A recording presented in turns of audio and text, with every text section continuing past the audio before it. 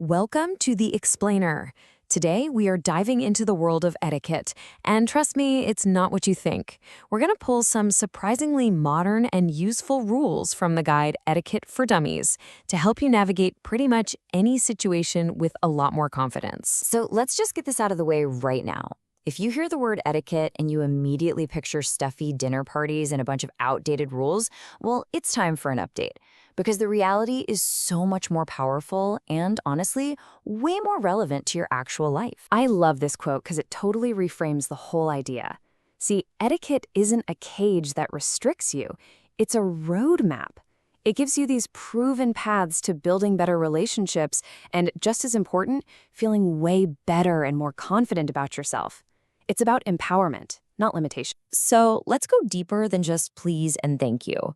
We're going to get into the real philosophy behind what modern manners are all about. Okay, this is the core principle. Real etiquette has one simple goal: making other people feel comfortable. That's it. It's not about showing off how much you know, it's about making the people around you feel respected and at ease. And when that's your starting point, better relationships just kind of happen naturally. And look, if you ever find yourself in a tricky situation and you're not sure what to do, this is your compass. The golden rule. It's totally timeless, it's unbreakable, and it's the foundation for everything else. When things get weird, just fall back on this. All right, so how do we put this into practice? Well, it all starts the very second you meet someone. It begins with that first impression, and you might be shocked by what people are actually paying attention to. And the stakes are pretty high, right? You really do only get one shot. Psychologists say that most people form a solid judgment about you within the first 4 minutes of meeting you. And once that impression is locked in, it is incredibly hard to change. Now get this, a whopping 80% of that first impression is based on nonverbal signs.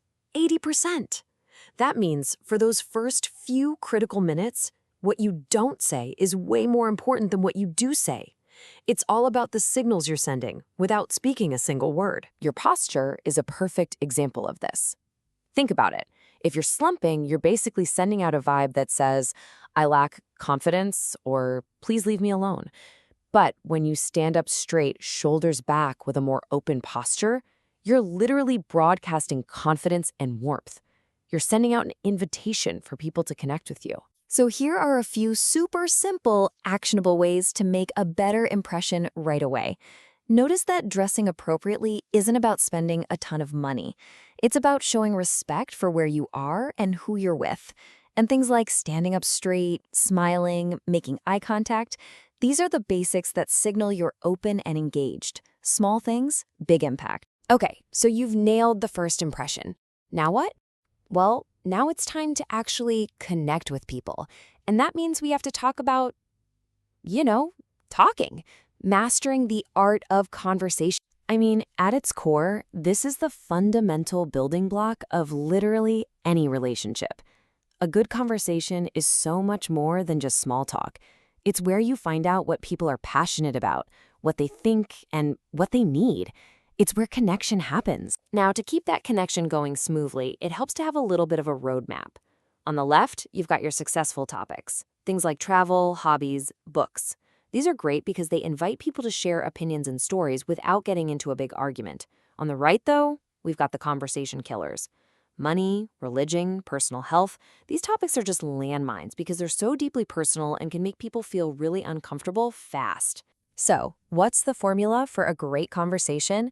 It's actually a pretty simple 3-step dance. First, you ask open-ended questions. The kind that can't just be answered with a yes or no.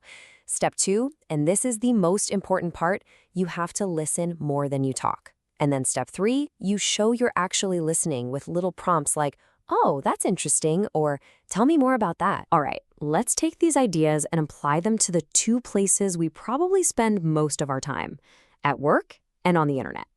The core principles of respect and consideration are exactly the same, but how we use them is a little different. Online, the absolute key is to remember there's a real, live human on the other side of that screen.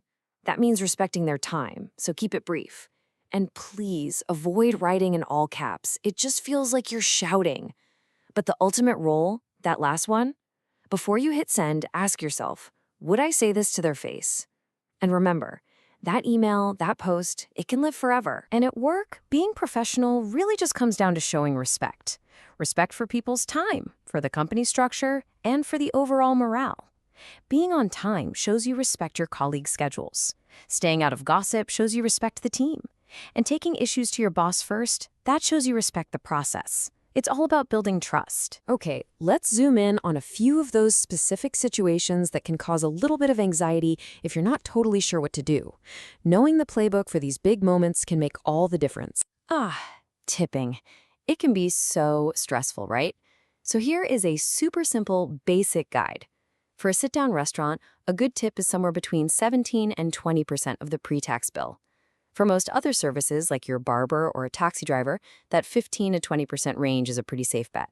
The main idea here, when in doubt, it's always better to be a little more generous. Want to be that person who always gets invited back to parties? It's a simple 5-step process. It starts with a quick RSVP, and it ends with a thoughtful thank you. In between, just be an easy guest. Arrive on time, but seriously never early. Chat with people, and have a sense of when the party is winding down. But that last step, the handwritten thank you note, that is the pro move. That's what makes you unforgettable. So, as we wrap this up, let's circle right back to where we started. If there's one thing you take away from all this, let it be this. Modern etiquette is not some rigid, dusty list of don'ts. It's a flexible, living guide. When you get right down to it, etiquette is really just a philosophy for a better life. It's a positive, proactive way of thinking, built on self-confidence and consideration for others that can make your daily interactions and the world around you feel just a little bit kinder. So I'll leave you with a question to chew on. Think about your day today. The people you'll talk to at work, at home, online. How could one small act of consideration, one little shift in your approach, completely change how that interaction goes? It's a small change that can have a huge ripple effect.